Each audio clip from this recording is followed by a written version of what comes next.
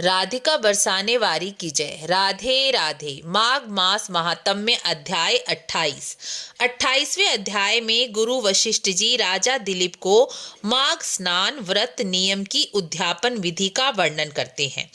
इस वर्ष माघी पूर्णिमा 24 फरवरी शनिवार की है। माघ मास की पूर्णिमा को किस भगवान का पूजन किया जाए, इस बारे में गुरु वशिष्ठ जी राजा दिलीप से कहते हैं, हे राजन, माघ स्नान का अंतिम दिन माघी पूर्णिमा का होता है। इस दिन पूरे मास स्नान व्रत नियम करने वाले और माघ मास की विशेष तिथियों पर स्नान करने वाले किसी को भी देव नदी या त्रिवेणी के जल में स्नान करना चाहिए। यदि दूर की यात्रा ना हो सके तो अपने नगर में स्थित देव सरोवर या नदी में स्नान कर लें। यदि यह भी संभव ना हो सके तो घर में ही बाल्टी में थोड़ा सा गंगा जल डालकर दूसरे पानी से बाल्टी को भरकर घर पर ही मानसिक गंगा स्नान कर लें। स्नान निर्वस्त्र होकर ना करें, कुछ न कुछ अंग वस्त्र पहनकर ही स्नान करें। निर्वस्त्र स्नान करने का दोष लगता है। स्नान करते समय मानसिक जप करें, हर हर गंगे का स्मरण करें। स्नान करने के बाद इस दिन विष्णु, लक्ष्मी जी या ठाकुर जी और राधा रानी का पूजन किया जाता है। राधा रानी का पूजन करें। स्नान, धूप, दीप, पुष्प, नैवेद्य, फल चढ़ाकर इस दिन भगवान का पूजन करें। इस दिन सत्यनारायण की कथा का भी बहुत अधिक पुण्य फल माना गया है। पूजन के बाद सत्यनारायण की कथा करें। माघ मास की महात्म्य की अंतिम 30वां अध्याय की कथा सुने। तिल, चावल, जौ, गोगल, घी, हवन की सामग्री को मिलाकर छोटा सा हवन करें।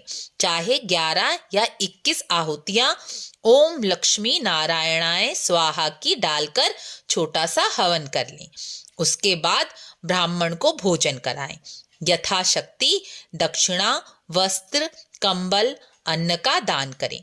यदि यह संभव ना हो तो भोजन की कच्ची सामग्री और दक्षिणा तो अवश्य ही ब्राह्मण को मंदिर में दे आएं।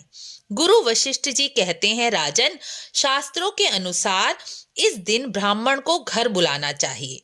ब्राह्मण के द्वारा सर्वतोभद्र चक्र बनाकर कलश स्थापना करके कलश पे लक्ष्मी नारायण की चांदी, सोने या अष्टधातु की मूर्ति स्थापित करनी चाहिए।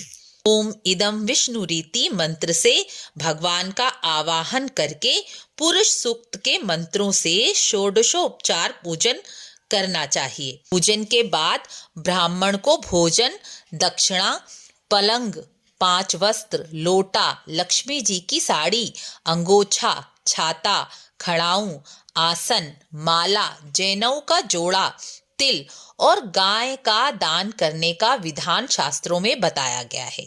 लेकिन शास्त्रों में यह भी कहा गया है कि दान सामर्थ्य के अनुसार ही करना चाहिए। इसलिए भाव और सामर्थ्य के अनुसार जो बन सके वह करें।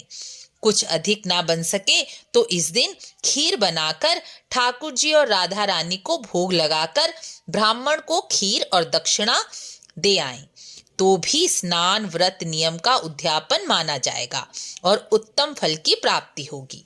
अंत में थोड़ा सा कीर्तन, भगवान के नाम का संकीर्तन करें। इससे सभी दोषों और त्रुटियों का निवारण हो जाता है। माघी पूर्णिमा के दिन ठाकुर जी और राधा रानी को पंचामृत से स्नान कराने से चंद्रमा मजबूत होता है और धन और समृद्धि में वृद्धि होती है। गुरु वशिष्ठ जी कहते हैं, राजन, माघ स्नान महात्म्य जो सुनता है उसके 7 जन्मों के पाप नष्ट हो जाते हैं और मनुष्य को सुख और समृद्धि की प्राप्ति होती है। इस प्रकार 28वां अध्याय पूर्ण हुआ। वीडियो को लाइक शेयर अवश्य करें। राधे राधे।